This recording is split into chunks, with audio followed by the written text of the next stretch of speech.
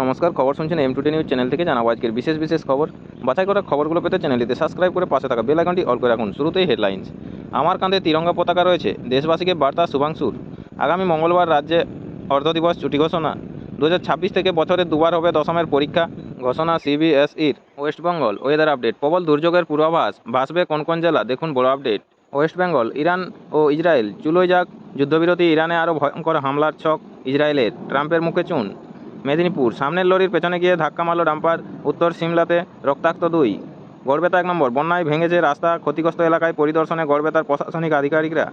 বিনপুর 1 নম্বর, আগামী বিধানসভা নির্বাচন 21শে জুলাই সহ একাধিক দলীয় বিষয়ে গ্রাম পুকুরিয়াতে আলোচনা সভা অনুষ্ঠিত হলো তৃণমূলের। গোপীবল্লভপুর 1 নম্বর, পানীয় জলের দাবিতে গোপীবল্লভপুর নয়াগ্রাম 9 নম্বর রাজ্য সড়ক অবরোধ করলেন কাপাসিয়ার গ্রামবাসীরা। চাকরির টোপ দিয়ে প্রতারণার অভিযোগ, গ্রেপ্তার যুবক।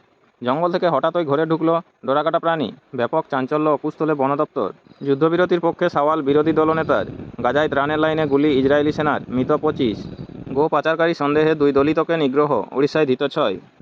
রাজস্থানে ফরাসি পর্যটককে ধর্ষণ, পলাতক অভিযুক্ত। দিল্লিতে 5 তলা থেকে ধাক্কা, তরুণীর মৃত্যু। সংস্কৃত চর্চায় 2500 কোটি খরচ মোদী সরকারের।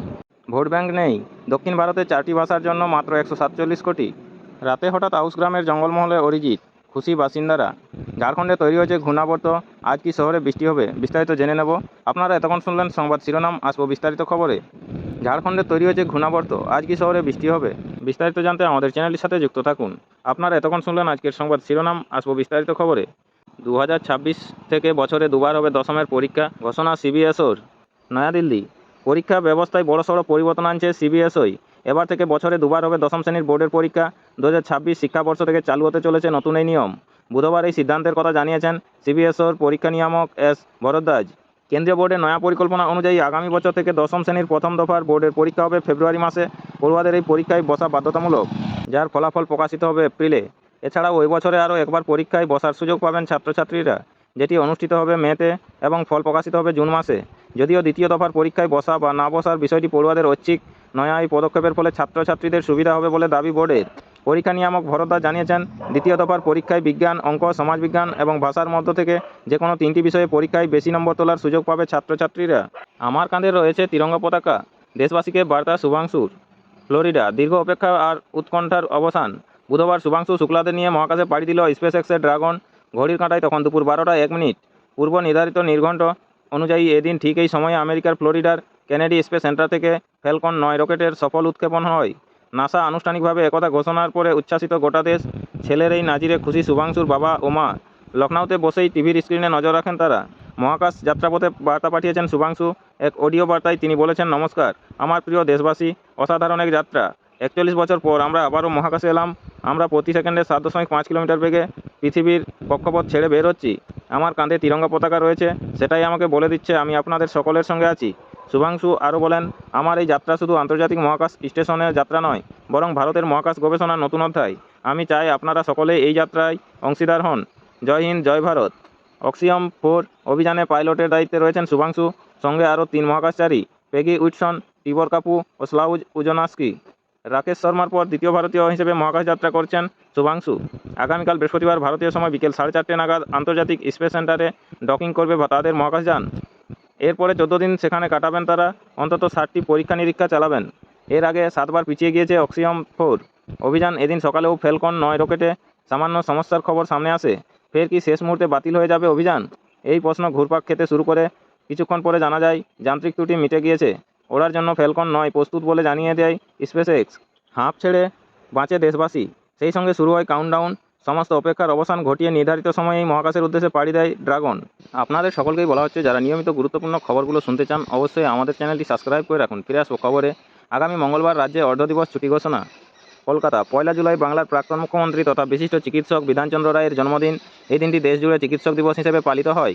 এই উপলক্ষে আগামী মঙ্গলবার 2টি ছাড়া রাজ্যের সমস্ত সরকারি দপ্তরে অর্ধ দিবস ছুটি ঘোষণা করা হয়েছে। আজ বুধবার নবান্ন থেকে এই সংক্রান্ত বিজ্ঞপ্তি প্রকাশ করা হয়েছে। বিজ্ঞপ্তিতে বলা হয়েছে, রাজ্যের প্রাক্তন মুখ্যমন্ত্রী তথা চিকিৎসক বিধানচন্দ্র রায়ের জন্মবার্ষিকী উপলক্ষে প্রতি বছর 1 জুলাই চিকিৎসক দিবস পালিত হয়। এই দিনটি রাজ্যে অর্ধ দিবস ছুটি থাকে। এবছরও দিনটি পালন করা হবে। ওই দিন রাজ্য সরকারের অধীনস্থ সমস্ত দপ্তর অর্ধ দিবস ছুটি থাকবে, অর্থাৎ সকাল থেকে দুপুর 2টো পর্যন্ত কাজ চলবে। দুপুর 2টোর পর ছুটি হয়ে যাবে। এক্ষেত্রে ব্যতিক্রম হলো কলকাতার রেজিস্ট্রার অব অ্যাসিওরেন্সেস এর দপ্তর এবং কালেক্টর অব স্ট্যাম্প রেভিনিউ এর দপ্তর। এছাড়া রাজ্য সরকারের অধীন সকল অফিস মঙ্গলবার অর্ধ দিবস ছুটি থাকবে। ঝাড়খণ্ডে তৈরি হয়েছে ঘূর্ণাবর্ত। আজ কি শহরে বৃষ্টি হবে জেনে নেব। কলকাতা সকালে আকাশে রোদ মেঘের খেলা। আজ বুধবার বেলার দিকে কলকাতার বেশ কিছু এলাকায় হালকা থেকে মাঝারি বৃষ্টির পূর্বাভাস দিয়েছে আবহাওয়া দপ্তর। সেই সঙ্গে বজ্রবিদ্যুতের সম্ভাবনা। এদিন শহরের সর্বোচ্চ তাপমাত্রা ঘোরাফেরা করবে 32 ডিগ্রি সেলসিয়াসের আশেপাশে। অন্যদিকে সর্বনিম্ন তাপমাত্রা থাকতে পারে 27 ডিগ্রি সেলসিয়াসের ঘরে। গতকাল শহরের সর্বোচ্চ তাপমাত্রা ছিল 34 ডিগ্রি সেলসিয়াস, যা স্বাভাবিকের থেকে 1 ডিগ্রি বেশি। আর সর্বনিম্ন তাপমাত্রা ছিল 28.2 ডিগ্রি প্লাস 1.4। রাতে হঠাৎ আউসগ্রামের জঙ্গলমহলে অরিজিৎ, খুশি বাসিন্দারা। কাটোয়া আউসগ্রামের জঙ্গলমহলে মঙ্গলবার রাতে আচমকা এলেন সঙ্গীতশিল্পী অরিজিৎ সিং। তিনি বোলপুর থেকে এসেছেন বলে জানা গিয়েছে। মখিরা কালিকাপুর রাজবাড়ি ঘুরে দেখেন। রাতে প্রিয় গায়ককে দেখতে পেয়ে ভিড় জমে যায় কালিকাপুর গ্রামে। সেলফির আবদারও মেটান তিনি। গতকাল রাত 8:30 নাগাদ আউসগ্রাম 2 নম্বর ব্লকের কালিকাপুর রাজবাড়ির সামনে এসে দাঁড়ায় অরিজিৎ সিংয়ের গাড়ি। একেবারে নিরাপত্তা ছাড়াই গায়ক আসেন জঙ্গলমহলে। জঙ্গলের বিভিন্ন রাস্তায় ঘুরে বেড়ান। জানা গেছে তিনি একটি নতুন ছবির শুটিংয়ের জন্য রেকি করতে এসেছেন। ওই ছবির জন্যই নাকি অরিজিৎ সিং কয়েকদিন ধরে বোলপুর ইসলামবাজার সংলগ্ন এলাকায় ঘুরেছেন। বৃষ্টি ভেজা রাতে আচমকা গায়ককে দেখে হতবাক হয়ে গিয়েছেন গ্রামের বাসিন্দারা। আউসগ্রামের কালিকাপুর রাজবাড়ি, মখিরা রাজবাড়ি বাংলা হিন্দি ছবির শুটিং স্পষ্ট। বহু ছবির শুটিং এখানে সারা বছরই হয়। তবে একেবারে পাশের বাড়ির ছেলে হিসাবে অরিজিৎকে পেয়ে গ্রামের বাসিন্দারা বেজায় খুশি। প্রতিদিন নিয়মিত গুরুত্বপূর্ণ খবরগুলো শোনার জন্য আমাদের চ্যানেলটি সাবস্ক্রাইব করে রাখুন। ফিরে আসবো খবরে। শিলিগুড়িতে ফের দুঃসাহসিক চুরি, চাঞ্চল্য। শিলিগুড়ি ফের চুরির ঘটনা ঘটেছে শিলিগুড়িতে। এবার শহরের সুকান্তপল্লীর একটি বাড়িতে হানা দিল দুষ্কৃতীরা। বুধবার ভোররাতে চাঞ্চল্যকর এই ঘটনা ঘটেছে। নগদ ও গয়না মিলিয়ে চুরির অঙ্ক প্রায় 3 লক্ষ টাকা।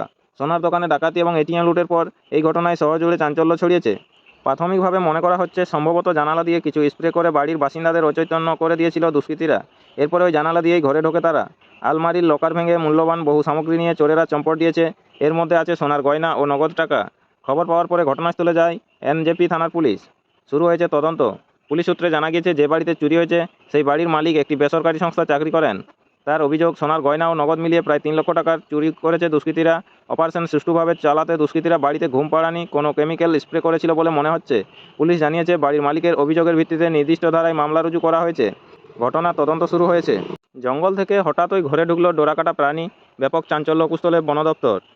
পুরুলিয়া জঙ্গল থেকে আচমকাই ঘরে ঢুকে পড়ল একটি প্রাণী, গায়ে আবার ডোরাকাটা দাগ।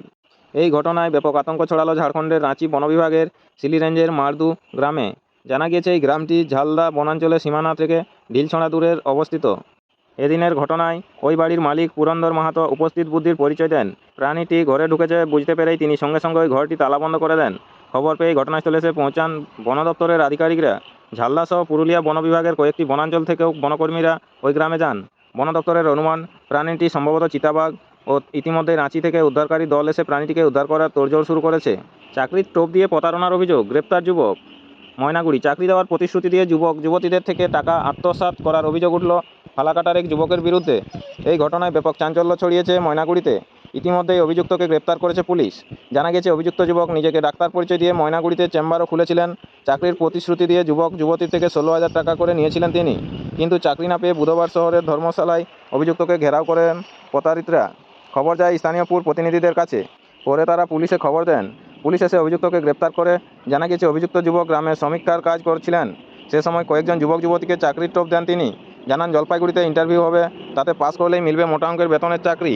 বিনিময়ে চাকরি প্রার্থীদের থেকে 16,000 টাকা করে নেওয়া হয়। এদিকে ময়নাগুড়িতে অভিযুক্ত যুবক চিকিৎসা শুরু করেন বলে কাউন্সিলররা। তারা আটক করে পুলিশকে খবর দেয়। নমস্কার, এখনকার স্থানীয় সংবাদটি এই পর্যন্তই। পরবর্তী সংবাদটি পেতে চ্যানেলটিতে সাবস্ক্রাইব করে পাশে থাকা বেল আইকনটি অল করে রাখুন। সবাই ভালো থাকুন, সুস্থ থাকুন। দেখা হচ্ছে পরের আপডেট খবরে। ধন্যবাদ।